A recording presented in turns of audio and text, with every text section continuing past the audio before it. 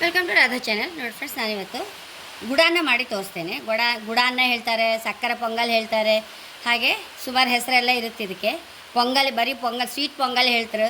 ಹಾಗೆ ಒಂದು ಲೋಟ ಅಕ್ಕಿ ತಗೊಂಡಿದೆ, ಮುಕ್ಕಾಲು ಲೋಟ ಹೆಸರುಬೇಳೆ ತಗೊಂಡಿದೆ. ಫಸ್ಟಿಗೆ ಹೆಸರುಬೇಳೆ ಒಂಚೂರು ಹುರ್ಕೊಂಬ ಫ್ರೆಂಡ್ಸ್.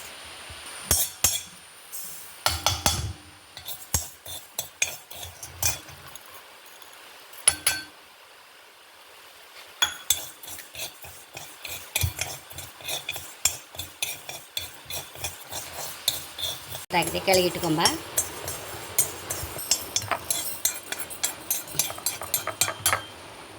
ಫ್ರೆಂಡ್ಸ್, ಇದೆರಡು ಒಂದು ಸ್ವಲ್ಪ ತೊಳೆದು ಇದರ 3 ಪಟ್ಟು ನೀರು ಹಾಕಿ ಬೇಯಿಸ್ಕೊಂಬ ಇದನ್ನು. ಫ್ರೆಂಡ್ಸ್, 3 ಪಟ್ಟು ನೀರು ಹಾಕೊಂಬಿಡುವ. 1 ಮುಕ್ಕಾಲು 1 ಮುಕ್ಕಾಲು 1 ಮುಕ್ಕಾಲು.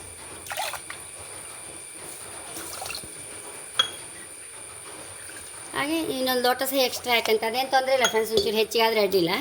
ಇದೀಗ ಒಂದು ಸ್ವಲ್ಪ ಹೊತ್ತು 90% ಬೇಯಿಸ್ಕೊಂಬ ಇದನ್ನು. ಒಂಚೂರು ನೀರು ಹಾಕೊಂಬ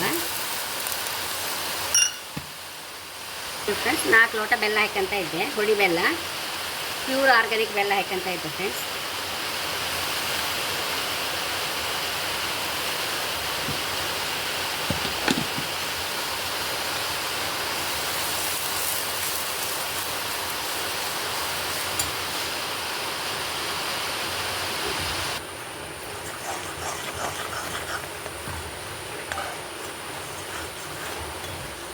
ಗೇರು ಬೀಜ, ದ್ರಾಕ್ಷಿ ಒಂಚೂರು ಹುರ್ಕೊಂಡ್ಬಿಡುವ, ತುಪ್ಪ ಹಾಕಿ.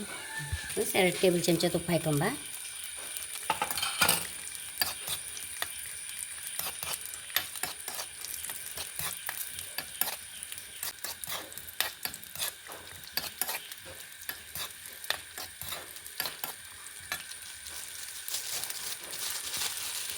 ಪುಡಿ ಇದಕ್ಕೆ ಹಾಕೊಂತ ಇದ್ದೆ. ಒಂಚೂರು ಇದಕ್ಕೆ ಬಿಸಿದಕ್ಕೆ ಹಾಕಿದ್ರೆ ಒಳ್ಳೆ ಇನ್ನೂ ಪರಿಮಳ ಬರ್ತದೆ ಫ್ರೆಂಡ್ಸ್. ಸಾಕಿದ್ದೀನಿ, ಕೆಳಗೆ ಇಟ್ಕೊಂಬ. ನೋಡಿ ಫ್ರೆಂಡ್ಸ್, ಬೆಲ್ಲ ಸಹ ಪಾಕ ಬಂದಿದೆ. ನೋಡಿ, ಪಾಕ ಬರಲೇಬಾರ್ದು, ಜಸ್ಟ್ ದಪ್ಪ ಆದರೆ ಸಾಕು. ಇದರಲ್ಲೇ ಪುನಃ ನಾವು 90% ಮಾತ್ರ ಅನ್ನ ಬೇಯಿಸ್ಕೊಂಡದಲ್ಲ, ಅದನ್ನು ಇದಕ್ಕೆ ಹಾಕೊಂಬ. ಈಗ ನೋಡಿ, ಅನ್ನ ಹೆಸರುಬೇಳೆ 90% ಬೆಂದಿದೆ. ನೋಡಿ, ಇದು ನಾವು ಹೀಗೆ ಇದು ಮಾಡುವಾಗ ಚೂರು ರವೆ ಸಿಕ್ಕಬೇಕಷ್ಟೇ. ಇನ್ನು ಈ ಬೆಲ್ಲದಲ್ಲಿ ಪುನಃ ಬೇಯಬೇಕದು.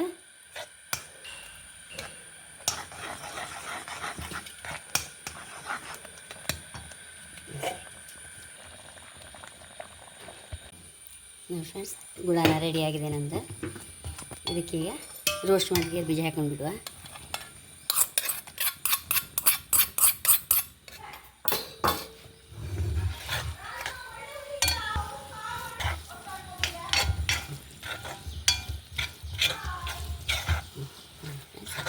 ಆಗಿದೆ, ಇದನ್ನೀಗ ಬೌಲಿಗೆ ಹಾಕೊಂಬ. ಇದನ್ನು ಬೌಲಿಗೆ ಹಾಕೊಂಬ.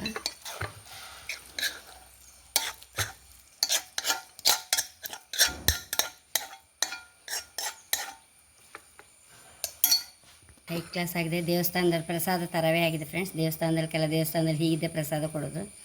ಆರ್ಗ್ಯಾನಿಕ್ ಬೆಲ್ಲ ಹಾಕ್ಲಿಕ್ಕೂ ಇಷ್ಟು ರುಚಿಯಾಗಿದೆ ಅದು.